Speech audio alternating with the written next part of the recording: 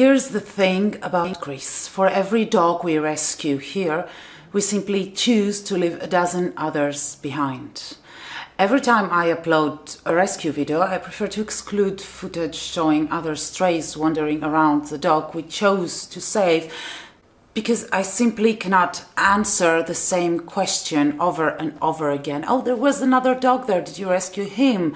Like in Arnie's video, for example. Apart from Arnie, you can see another black dog around there, and people keep asking, did you rescue the black dog? Truth is that no, we didn't. I don't know what's it like in other countries, but this is what happens in Greece. There is an average of about a dozen strays in every corner. That might be an exaggeration, but numbers range from uncountable, literally, to a couple of them, depending on the neighborhood. And we are talking about the cities because when it comes to rural Greece, you just want to give up. A tour around the outskirts of Athens will convince you. A tour around rural Greece will make you say, I just give up. There are simply too many. We all know it, we are used to it, and we simply choose to rescue the ones that need it the most. And these are the injured ones. Dogs that have been hit by cars or injured in any way are a priority. The sick ones, mange rules, leishmaniasis rules. Dogs like Billy, who were practically moribund, cannot be left behind.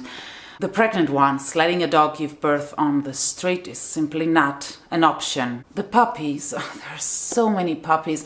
Most people's option after their dog gives birth is to put the litter in a box and abandon it somewhere in the middle of nowhere where they will starve to death. The very friendly ones, and I have a very soft spot for those dogs. Strays here range from wild, fearful ones to people's dogs. The human-centered strays are the ones that are in danger more than others are. A stray that follows random people around is in constant danger of being kicked, run over, mutilated, hanged, shot, poisoned. And no, there is absolutely no exaggeration to any of that. I have a soft spot for those kinds of dogs, and they scream, I do not belong on the street, please rescue me. Those are the types of dogs that I usually rescue. And of course, the female ones are always a priority compared to the male ones. Now, if a dog does not fall into any of the categories I just mentioned, it's simply not a priority. If it looks like it can survive on its own, we just let it be. Take a trip around rural Greece and you will find too many dogs from almost all these categories. Most of the times you have to choose among a litter of puppies, an emaciated starving hound, a mangy wounded dog, a pregnant female, and a bunch of dogs that follow you around begging that you take them home. This is what happened to me 3-4 years ago when I took a 3-day excursion to Pelion, which is one of the most beautiful and most touristic places in Greece. I came back overwhelmed and crying. Usually a rescuer can take a couple of strays at a time, provided that he has somewhere to place them and means to transport them. Traveling by bus makes you incapable of doing anything. Even traveling by car makes rescue hard, since most of us travel with our own dogs, already taking up space in the back seat of the car. In order for me to rescue Blue, for example, I had to drive her to Athens and then go back to my hometown to pick up my 3 dogs because there was no room for all of us in the car. This is the situation here, and there's no exaggeration whatsoever. Around the area where Shadow was rescued, for example, there were about 4 more dogs feeding off corpses too.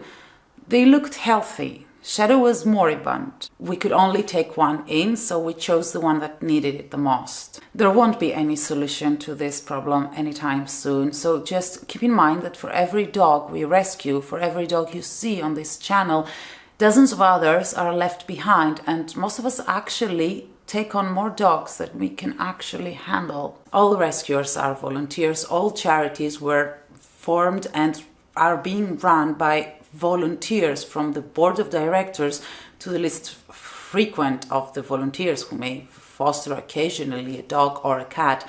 Everything is based 100% on volunteer work and donations. This is concerning dogs. There are a lot of rescuers who actually feed and care for the strays on the streets because their houses are full, their shelters are full, and there's simply no room for one more dog. So the healthy dogs are kept on the streets, they are being monitored, and every day we go and feed them and care for them with our fingers crossed that they will be there, they will be okay, and they will be healthy.